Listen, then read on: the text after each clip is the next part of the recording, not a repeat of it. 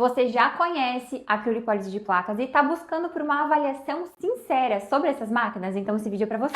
E ó, aqui não tem publi não, tá? Opinião baseada na minha prática clínica e também no que ensino todos os dias para as minhas alunas. Então, se você é profissional da estética, já me segue aqui nesse canal. Aliás, aproveita para me seguir em todas as redes sociais, né? E não esquece de curtir esse vídeo. E agora me conta aí nos comentários, você já trabalha com criolipólise de placas? Você trabalha com técnica convencional ou com técnica avançada de seção única? E também quando o assunto é criolipólise, quais são os seus maiores receios? Me conta aqui.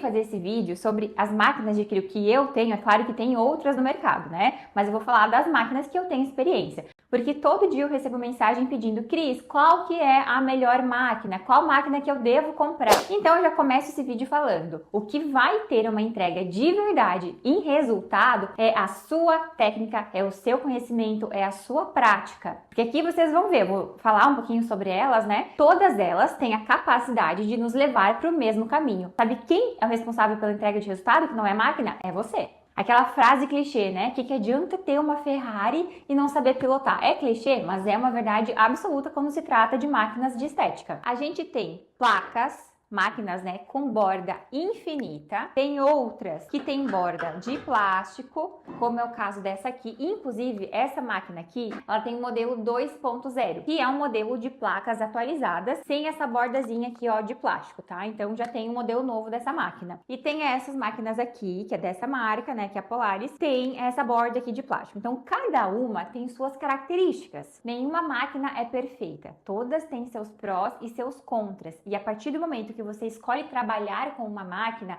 é com ela que você vai se especializar. Outra característica, essa máquina aqui, que se chama Cryodermis, que é essa aqui atrás, ela vai resfriar a placa através desse motorzinho que vem na placa. Tanto essa aqui, quanto o modelo novo, ela resfria dessa forma, através do ar. Ao contrário dessa aqui, que é a Arctix da KLD, e essa que é a Polaris da Abramed, essas duas aqui, elas resfriam através de um resfriamento por água. E em ambas, já vem de recomendação de fábrica. O ambiente precisa estar gelado, tá? Então, o ar-condicionado se faz extremamente necessário para você conseguir trabalhar com a crio. Caso contrário, sua máquina vai sofrer um pouquinho para resfriar. Inclusive, essa aqui, ó, que resfria por ar. Se o ambiente está abafado, ela vai ter mais dificuldade em resfriar. Outra característica são os cabos. Tem cabos mais finos e mais leves e tem cabos mais pesados, mais grossos e mais curtos também. O que de uma máquina para outra traz bastante diferença na hora de acoplar. Então, com umas é mais fácil de acoplar e com outras é um pouquinho mais difícil de acoplar, mas lembrando, é só pegar o jeito que vai dar tudo certo. Funcionalidades. Essa aqui é só criolipólise, Cryodermis também só criolipólise, e esse modelo aqui da Abramed, que é a Polaris, tem correntes associadas. Vem aqui com entradas pra gente ligar correntes, de fortalecimento, microcorrentes. Dá pra fazer também, aqui tem eletrodos nessa placa que conduzem corrente, então,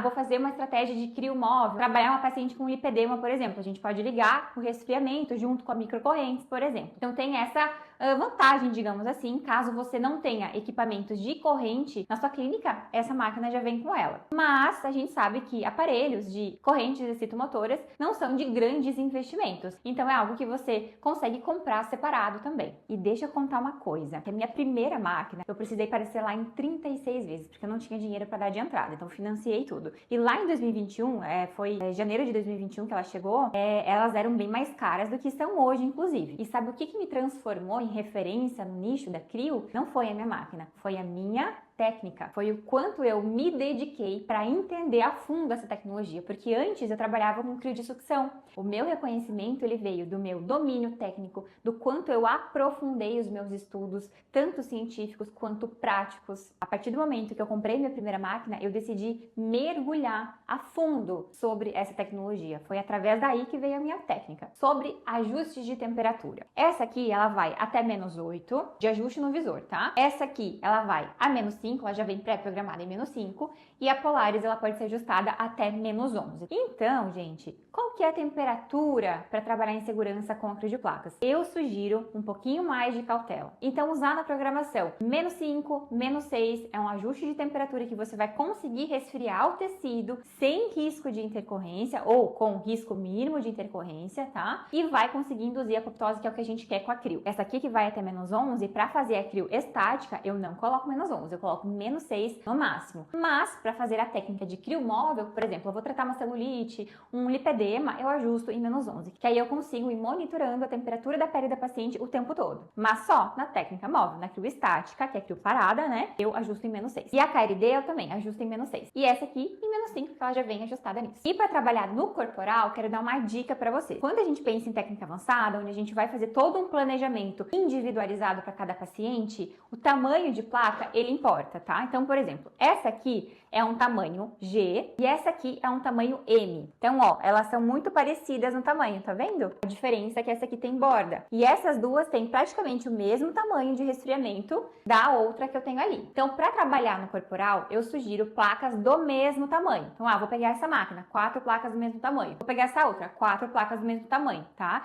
Eu não gosto das placas que são muito grandes, a não ser que eu tenha, por exemplo, da KRD, eu tenho uma placa GG, porque eu tenho ela ali para quando eu precisar utilizar. Agora, se você for comprar um jogo inicial de placas, eu sugiro pegar elas do mesmo tamanho. É mais fácil de você conseguir colocar nos pacientes dos mais variados biotipos corporais. Todas as máquinas têm também as placas menores. Utiliza em regiões menores, por exemplo, aqui na axila, papada, regiões de face, que a gente consegue trabalhar na técnica avançada fazendo rejuvenescimento facial. Então, essas menorzinhas é importante ter também quando você precisar usar, quando você vender algum protocolo específico. E Cris, qual que é a melhor em custo-benefício? É aquela que você decidir. Não tem máquina melhor ou pior. Lembra que eu falei lá no começo? O que manda na entrega do seu resultado é a sua técnica. É isso que vai fazer total diferença. Lembrando, gente, que isso aqui não é uma publi não, tá? É a minha opinião sincera baseada na minha vivência clínica. Quer saber como técnica manda tudo, independente da máquina? Olha esse resultado dessa aluna aqui. Ela achava que a máquina dela estava com problema. Ela achava que ela tinha comprado uma máquina ruim, que não entregava resultado. Isso era o que ela achava antes de aprender uma técnica que realmente entrega resultado. Então, antes de pensar em desistir de uma máquina que você já tem, é importante primeiro ter uma clareza técnica. Se você tá aí indecisa de qual máquina vai comprar, saiba que, independente de qual você escolher, você vai conseguir entregar resultado com ela, porque você vai estudar e praticar com ela. Outra coisa que eu esqueci de falar antes é sobre as temperaturas na placa, né? Teste de calibragem, se elas estão entregando temperatura correta, né? Se estão calibradas ou não, mas isso é um assunto que a gente vai falar aqui em outro vídeo. E sobre esse assunto de CRIO, eu também tenho um e-book para você baixar. Nesse e-book você vai ter toda a fundamentação científica da CRIO, hein? Para você aprofundar seus estudos. E se você quiser ter acesso a esse e-book completo, cientificamente falando, clica aqui, ó, na descrição do vídeo que tem o link para você conseguir comprar. E até o próximo vídeo.